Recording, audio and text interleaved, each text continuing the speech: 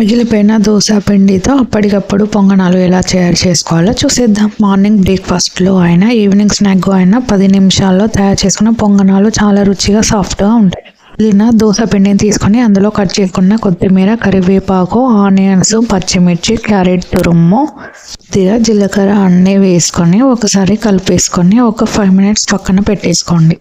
తక్కువ ఆయిల్తో 10 నిమిషాల్లో చేసుకునే ఈ పొంగనాలు చాలా టేస్టీగా ఉంటాయి, రుచికరంగా కూడా ఉంటాయి. మీరు కూడా తప్పకుండా ట్రై చేయండి. ఇలా మొత్తం కలిపేసుకొని 5 మినిట్స్ తర్వాత ఇలా స్టవ్ ఆన్ చేసుకొని పొంగనాల ప్యాన్ పెట్టుకొని అందులో కొద్దిగా ఆయిల్ వేసుకొని ముందుగా కలిపి పెట్టుకున్న పిండిని కొద్దిగా వేసుకోవాలి. స్లోగా కుక్ చేసుకోవాలి, సన్నని మంట మీదనే కుక్ చేసుకోవాలి. ఇలా ఒకవైపు కాలాగా మరోవైపు తిప్పేసుకోండి.